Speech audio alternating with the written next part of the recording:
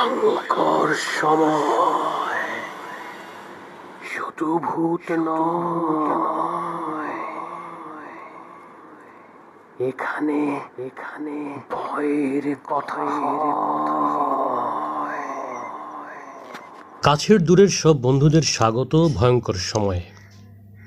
ভয় যারা পেতে চাও, ভয় যারা এন্টারটেইন করো, তারা এতক্ষণে নিশ্চয়ই জমিয়ে বসেছ ভয়ের কথা শুনতে। আর যারা নতুন সবে এসেছো, তাদের বলছি সাবস্ক্রাইব করতে ভুলবে না কিন্তু। ভালো লাগলে লাইক নিশ্চয়ই করবে,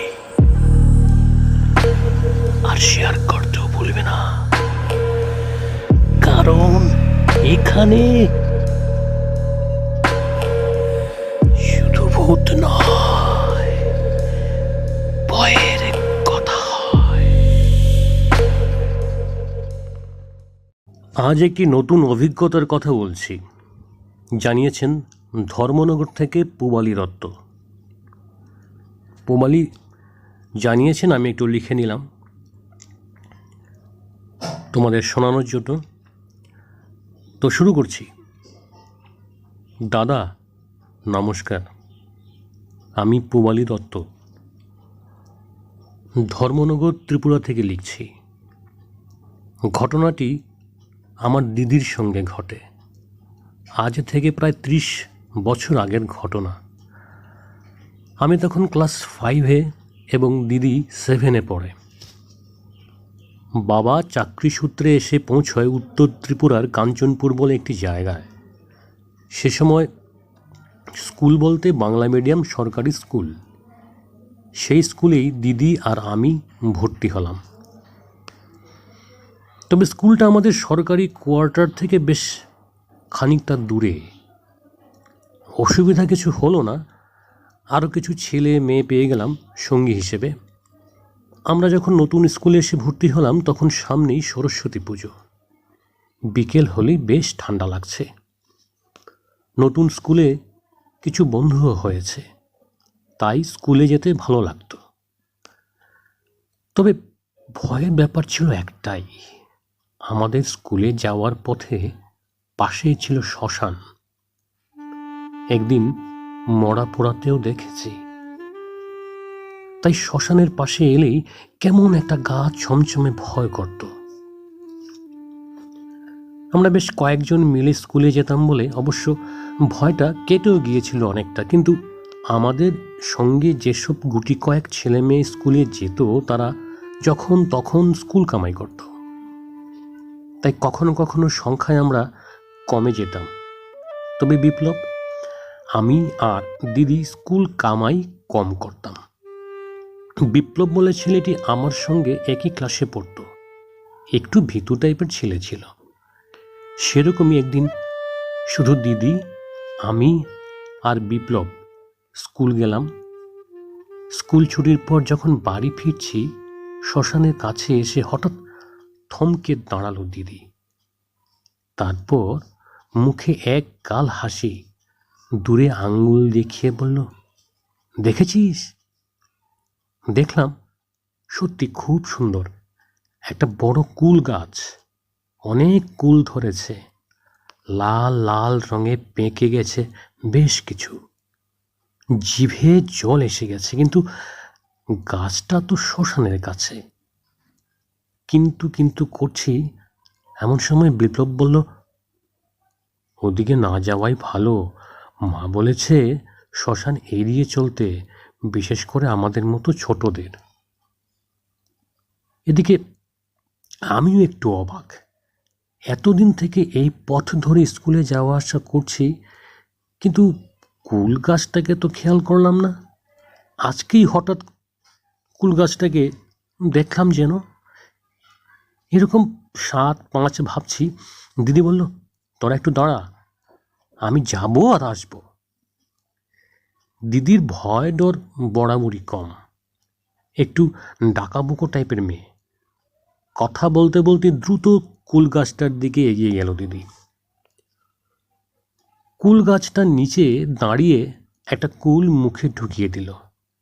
তারপর একটা একটা করে কুল তুলে ব্যাগে ঢোকাতে লাগলো। আমি আর বিপ্লব এক জায়গায় ঠায় দাঁড়িয়ে। চারিদিক নিঝুম, ঝিঝি পোকার ডাক শুনতে পাচ্ছি। আরেকটা শব্দ পাচ্ছি, থক থক, বেশ স্পষ্ট। ঠাহর করে বুঝলাম আমার বুকের শব্দ। থক থক থক থক। বাবা বলেন ভূত টুত কিছু নেই, সবই মনের ভয়। কিন্তু আমি তবে কিসের ভয় পাচ্ছি? কেন বুকটা এমন ধরফর করছে? কেমন যেন ঘোরের মধ্যে চলে গেলাম। হঠাৎ বিপ্লবের ধাক্কায় সম্বিত ফিরে পেলাম। দেখলাম দিদি আমাদের কিছু না বলেই এগিয়ে চলেছে বাড়ির পথে। পেছন থেকে দিদি দিদি বলে ডাকছি, যেন শুনতেই পাচ্ছে না। বেশ কয়েকবার ডাকার পর হঠাৎ দিদি পেছন ফিরে তাকালো। কাছে যেতেই দেখলাম দিদির চোখ দুটো কেমন অদ্ভুত টাইপের লাল। একটু হেসে বলল, অনেক কুল নিয়েছি, বাড়ি গিয়ে খাবো, খুব স্বাদ। বলেই আর কোনো কথা নয়, সোজা হাঁটতে থাকলো। সেদিন গভীর রাতে ঘরে কারো কথাবার্তার শব্দ শুনলাম। ঘুম চোখে উঠে দেখি বাবা মা জেগে। বাবার হাতে থার্মোমিটার, দিদি শুয়ে আছে। মা দিদির মাথায় জলপট্টি দিচ্ছে। সকালে ডাক্তার আসেন বাড়িতে। বেশ কিছুদিন দিদির জ্বর ছিল। তারপর হঠাৎ একদিন দিদিকে আর খুঁজে পাওয়া যাচ্ছিল না। হঠাৎ নিপাত্তা হয়ে যায়। সবাই মিলে জোর খোঁজাখুঁজি শুরু হয়। ভীষণ টেনশনে পড়ে যায় বাড়ির সবাই। বেলার দিকে বাবার অফিসের ড্রাইভার এসে বাবাকে কিছু বলে। সঙ্গে সঙ্গে আরো কয়েকজনকে সঙ্গে নিয়ে বাবা বেরিয়ে যায়। বেশ অনেকক্ষণ পরে দিদিকে নিয়ে ফিরে আসে বাবা। দিদিকে দেখে ভয় পেয়ে যাই আমি। চুলগুলো উস্কো খুস্কো, চোখ দুটো লাল। এক হাতে মুঠো করে ধরা লাল রঙের কয়েকটি কুল। মার মোপানো কান্নার শব্দ শুনতে পাই। আমারও চোখে জল চলে আসে। দিদি কথা বলা বন্ধ করে দেয়। তারপর দিদিকে সুস্থ করে তোলার জন্য বাবা নানাভাবে চেষ্টা করেন, কিন্তু দিদি আর স্বাভাবিক হতে পারেনি। বাবা ট্রান্সফার নিয়ে কাঞ্চনপুর ছেড়ে চলে আসেন ধর্মনগর। কিন্তু দিদি আর কোনো দিনই সম্পূর্ণ সুস্থ হয়ে উঠল না। বেশ কয়েক বছর হলো। মা ও বাবা দুজনেই আমাদের ছেড়ে চলে গেছেন চিরকালের মতো। দিদি আমার কাছেই থাকে। আমার মেয়ে রিমি ক্লাস 5-এ পড়ে। মাঝে মধ্যে রিমির মুখের দিকে অপলক তাকিয়ে থাকে দিদি, যেন মনে হয় কাউকে খুঁজছে। কেন সব এমন ওলট পালট হয়ে গেল বুঝতেই পারলাম না। এই ছিল ধর্মনগরের পূবালী দত্তের অভিজ্ঞতার বয়ান। মনটা একটু খারাপ হয়ে গেল। একটা ব্যাখ্যাহীন ভয়ের ঘটনার কথা শুনলাম।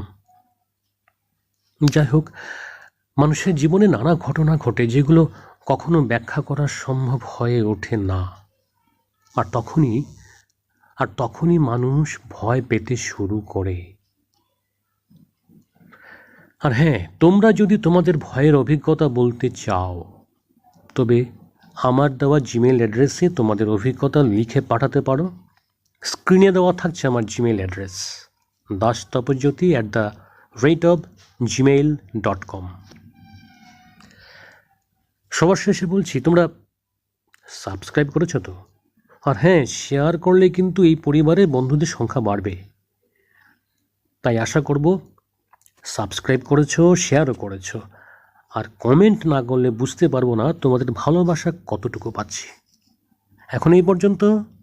আবার দেখা হবে আরও একটি নতুন এপিসোডে, ভয়ঙ্কর সময়ে। সঙ্গে থাকবে।